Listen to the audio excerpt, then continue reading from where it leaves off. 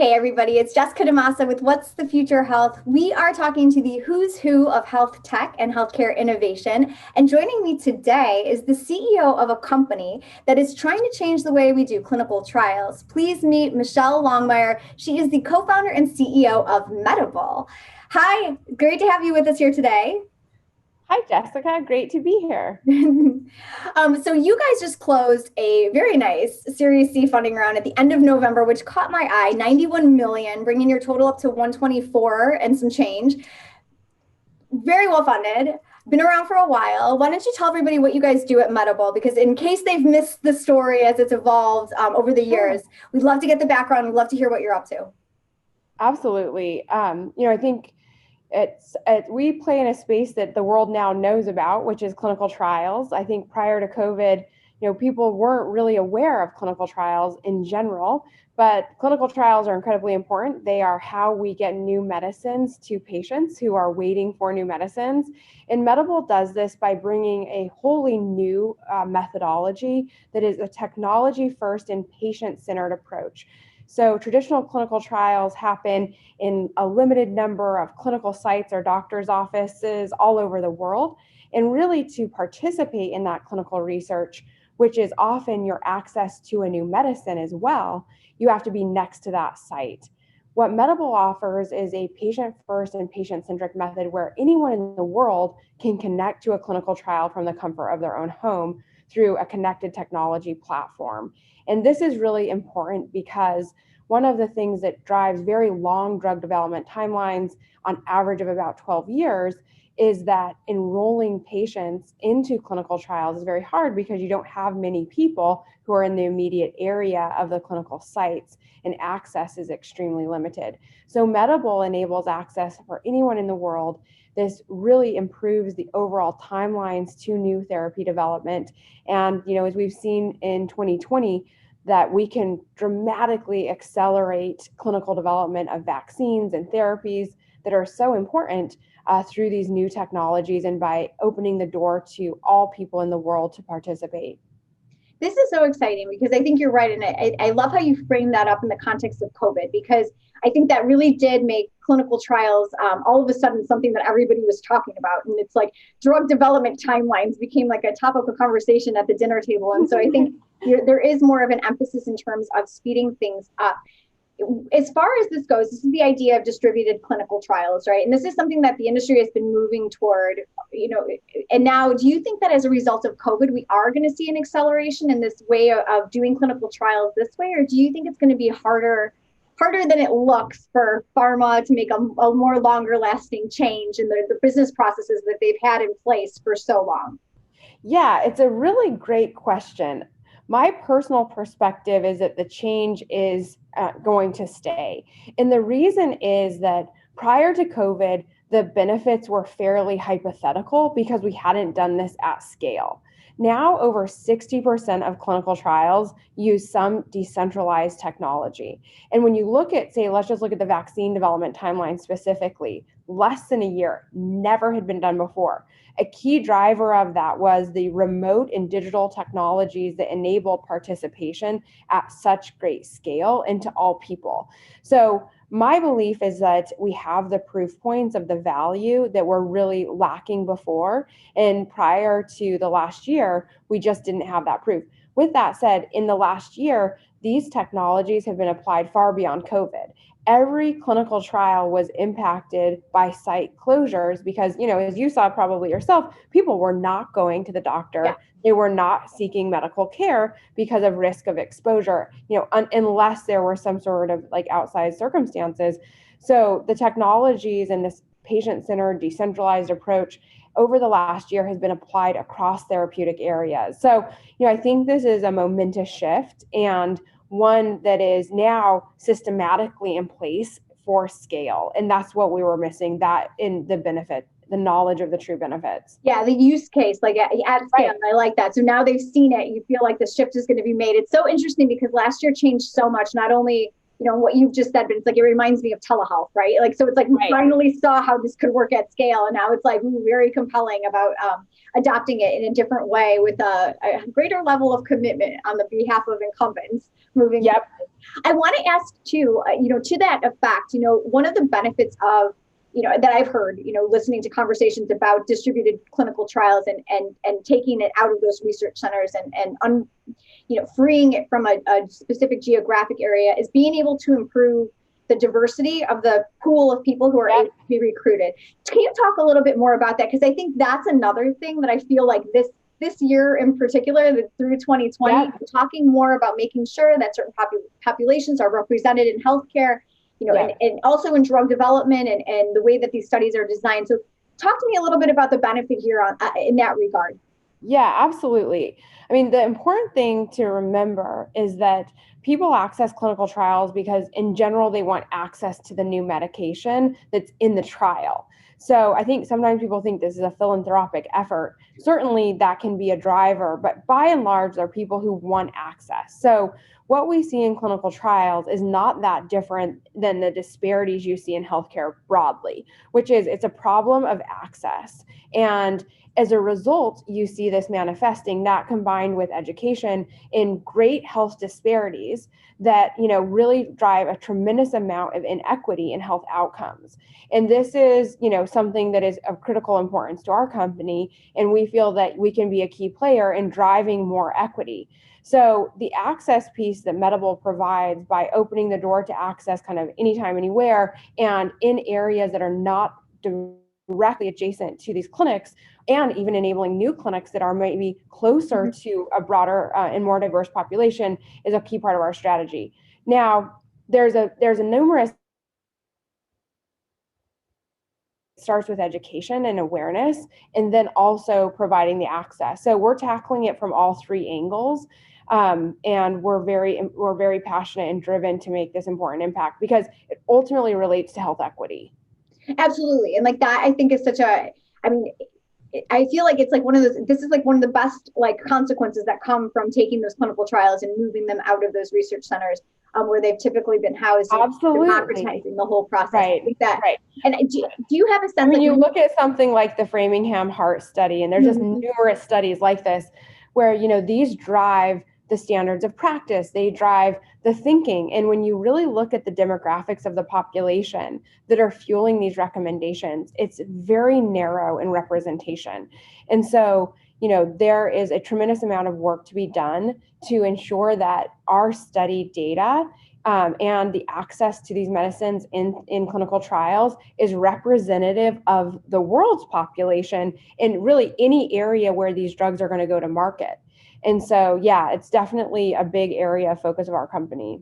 No, I think that is positioning you guys very well for the case for distributed clinical trials and for being able to move forward in terms of making that more ubiquitous and kind of convincing those traditional pharma businesses to adopt the model. So I love that angle of this story. I feel like it's not often talked about as much as it should be, but it really helps kind of, I think, help with design of drug development in a completely different way. And I'm sure those pharma execs are probably happy about that. What have you been hearing from them? Have you had conversations with some of your clients about that? Absolutely. I mean, everyone, not everyone, but I think diversity and improving health outcomes is top of mind to people in this industry. Also, it's important to realize that these medications can work differently with different kind of genetic drivers, with different gender drivers, all of these things. So you look at like the COVID vaccine, and this was deliberately done, but it wasn't tested in pregnant women, right? Or it wasn't tested in children. And so now, under certain circumstances, those people may still opt to take that vaccination, but the reality is the data for them personally is not there about safety. So these are conversations we're having with pharma executives about the importance of representation representative populations and trials, and what are we all doing to drive this? I think there's a tremendous amount of work to be done. We're helping to establish some of the benchmarks and some of the goals to say, okay, we want to be able to move this in this therapeutic area. Here's where we are today, and here's where we want to be in a year. So we have, real outcomes to point to and measured results. Tell me a little bit about where you guys are headed as a business. So like with this 91 million, I want to hear about some of the plans that are on the strategic roadmap in terms of scaling up. I mean, like that was around, like, I mean, I remember I did a double take when the press release came into my inbox and I was like, whoa, I'm like, Medable, go get them. Like that was really exciting to see because especially at the, at the end of a funding year for health tech companies that was just, outstanding to begin with. It was nice to see a company like yours that's been around for a while, female-led, get a nice big round like that. So congratulations on that. But tell us what you're going to do. Like what's on the roadmap? Yeah, I mean, we look at it kind of in 4 areas, and these are like the Medable impact areas. So the first is access, looking, full stop, how do we enable access? The second is in value to patients. I think that it's overlooked that patients in clinical trials, what is the value to them? They're accessing the new medication, but how can technology be a partner to that person in the new medicine in a way that provides value to their daily life? The third area is around trial efficiency. Improving the timelines is incredibly important. So how does this real-time data from people all over the world and the access to these trials really impact the overall development timelines? And then I'd say the fourth area is really around the data quality and how we're measuring this entire process of safety and efficacy and impact of the medication. So those are the 4 global areas that we invest in because that's how we measure our progress. I'd say, one of the things that stands out on the access front, can you develop technologies that would even remove the need for a physician or clinical expert to qualify you for a clinical trial? Mm-hmm. One of the major bottlenecks, right? Yeah. So, we're thinking about it full stop in each category in terms of what are the step function improvements that we can, drive forward with technology. And I think these are going to, be really interesting and transformative developments that leverage machine learning, patient-powered healthcare, and also, really looking at how we can understand the data better in real time to make really important recommendations. Share, but brag for me. Boast a little bit. Like I want to hear about some of the wins that you guys have achieved so far, because I'm not sure that those who might be listening to this are familiar with some of the improvements that you've been able to make in those areas up until this point.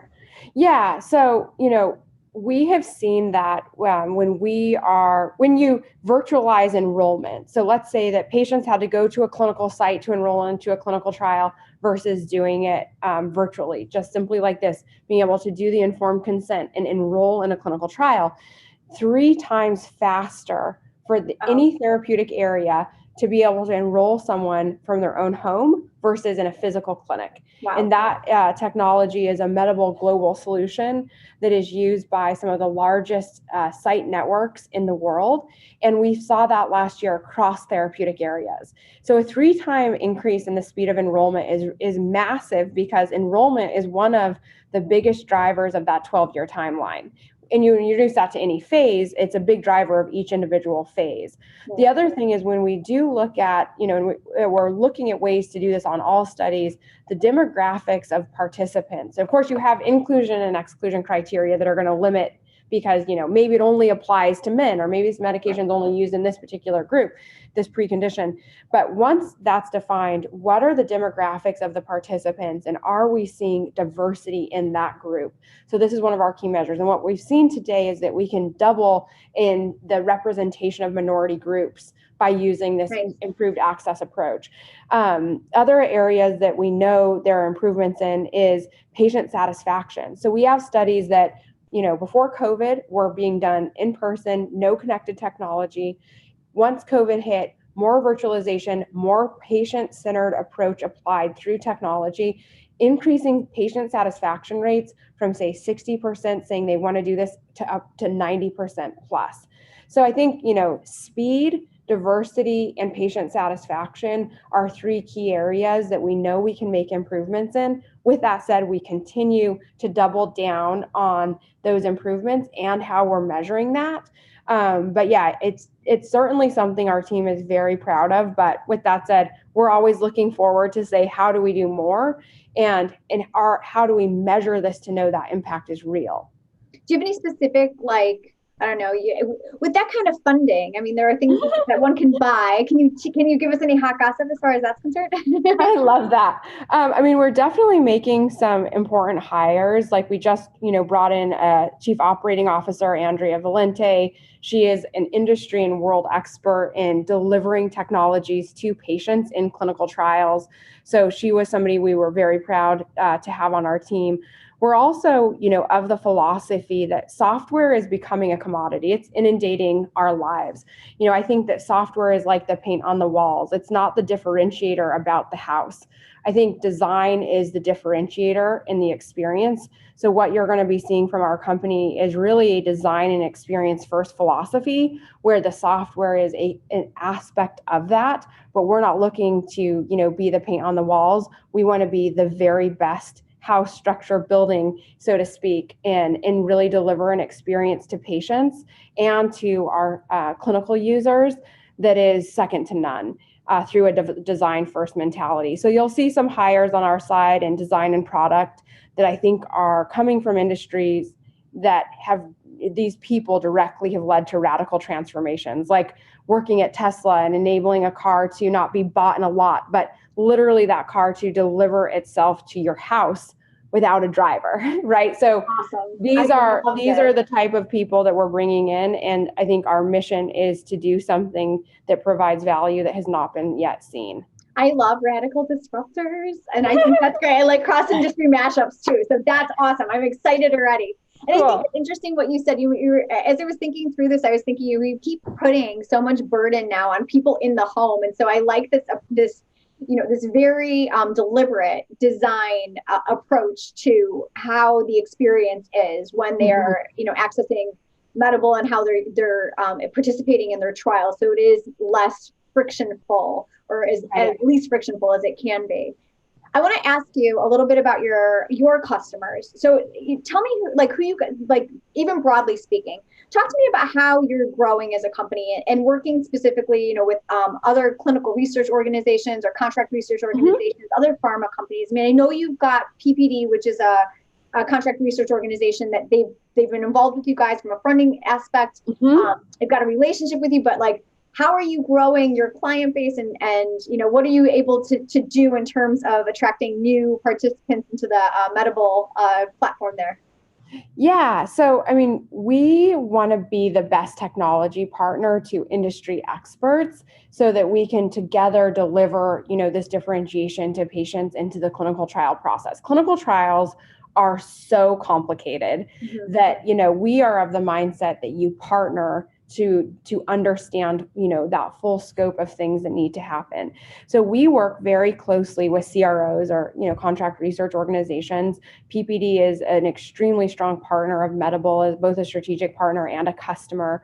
And, it's through our partners like PPD and others, large pharma companies and other CROs, where we develop a holistic understanding of the problem to be solved, and we can bring scale to how we're doing it. So CROs are, really important partners to pharma companies in the execution of trials. Medable is a technology that can bring more power to a CRO in how they're executing a clinical trial on behalf of a sponsor partner. So, it's really a three kind of legged stool in terms of that partnership to get the job done. We love partnering with pharma. We partner, very closely to say, where are the gaps in development that are best suited to be addressed with technology. And this is how we determine, we're working with a partner on a new medication adherence strategy. And what we found was that in this research, they were seeing medication adherence, of course, no surprise, big problem.